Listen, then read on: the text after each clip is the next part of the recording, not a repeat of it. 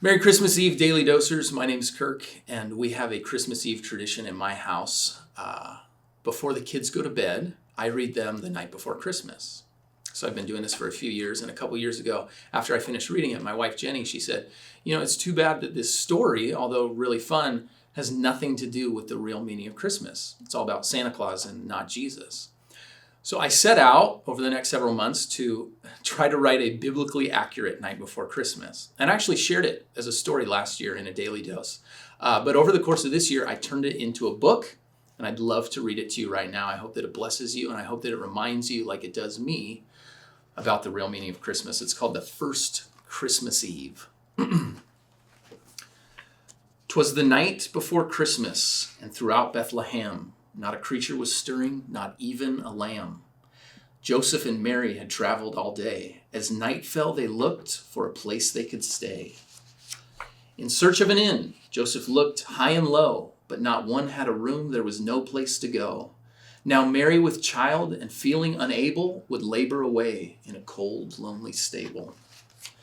Alone and afraid, they soon filled with joy, as Mary expecting gave birth to a boy. She looked to the sky, the stars shining bright, then gazed at sweet Jesus and swaddled him tight. With the greatest of care, so as not to endanger, she laid baby Jesus down in a manger.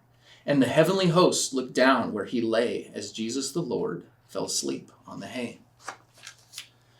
'Twas the night before Christmas, on the outskirts of town, as the shepherds and sheep were settling down. Then an angel appeared with a flash of great light, stunning the flocks and causing great fright. "Don't be afraid," said the angel above, "for the news that I bring is a message of love.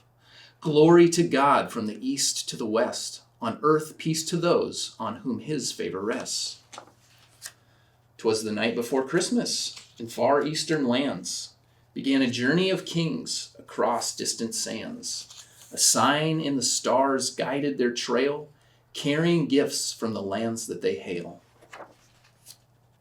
Not even King Herod could their journey deter, to offer their gold, frankincense, and myrrh. The praise that they carry and the gifts that they bring are a sign these wise men know Jesus is King. The night before Christmas, a story for all. From shepherds to kings, God saw fit to call.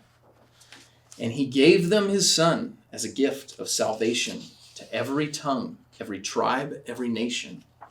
So when you think of Christmas, the greatest of gifts is the blood that was shed and the weight that it lifts. God is the giver. He washes us white. So Merry Christmas to all, and to all a good night.